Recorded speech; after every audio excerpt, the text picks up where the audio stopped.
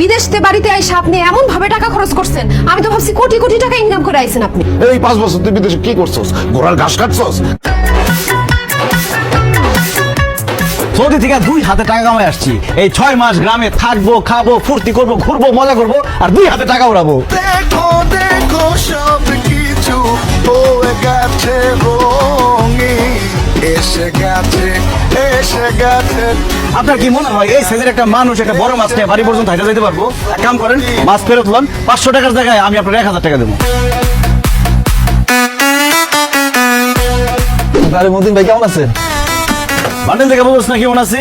আলু, পেঁয়াজ, ডাল, মুড়ি, সুজি, ময়দা, আটা, সয়াবিন তেল, সরষের তেল সব ব্যাংকের ওটা। দেখো দেখো সব কিছু হয়ে গেছে রঙিন। তুই গ্রামের সব মানুষের খামারে ভাবি নাকি? আমি গ্রামের মানুষ না খারাপ গেলি। আরে ভ্যানের মধ্যে যে পরিমাণে বাজার দেখতেছি, আমার তো মনে হয় বাজারের সমস্ত বাজার তুই একাই নিয়ে চলে আসছো। এসে গেছে টাকা এখন পকেটে গরম গরম আছে দেখা সব খরচ করে ফেলেন না। টাকা শেষ হয়ে গেলে বুঝবেন, একটা টাকা কারো কাছ থেকে পাইবেন না।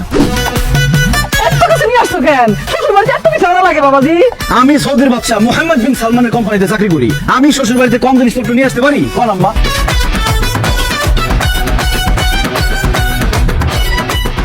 আপনার অ্যাকাউন্টে কয় টাকা ছিল, কয় টাকা খরচ করছেন হিসাব রাখেন নাই?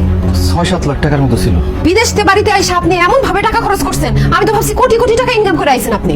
বাড়িতে এসেছিস তুই 4 মাস হয়েছে, এর মধ্যে তো টাকা শেষ। এই 5 বছর তুই বিদেশে কি করছস? ঘোড়ার ঘাস কাটছস? এখন আপনার কাছে টাকা নাই তো, এখন অনেক কিছু দেখবেন, বুঝবেন। আমি আপনারে বারবার কইছি না উল্টা পাল্টা টাকা খরচ করেন না, বিপদে পড়বেন আপনি একটা।